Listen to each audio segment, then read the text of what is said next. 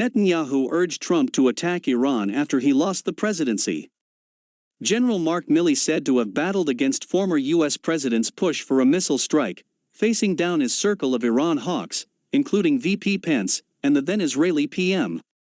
Former Prime Minister Benjamin Netanyahu urged Donald Trump to launch a military strike against Iran after it was clear that the former U.S. president had lost the 2020 election, a report said Thursday.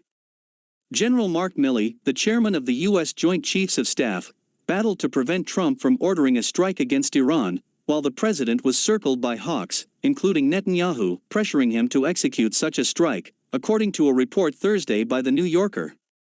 "If you do this, you're gonna have a fucking war," Milley reportedly warned Trump at one point.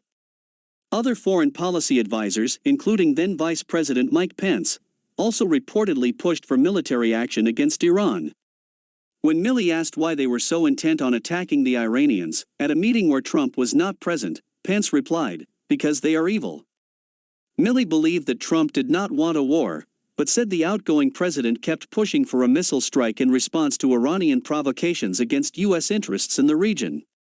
The chairman ultimately succeeded in preventing such a strike in the tail end of Trump's term.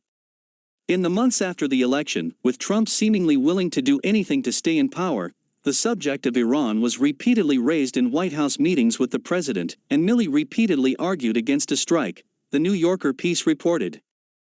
Milley was worried that Trump might set in motion a full-scale conflict that was not justified.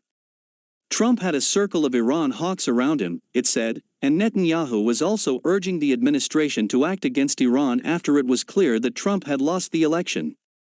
On January 3, 2021, the defeated president convened his advisors in the Oval Office to discuss fresh reports from the International Atomic Energy Agency on Iran's nuclear activities.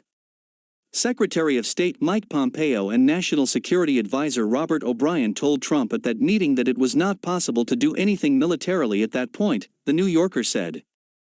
Their attitude was that it was too late to hit them. After Milley walked through the potential costs and consequences, Trump agreed.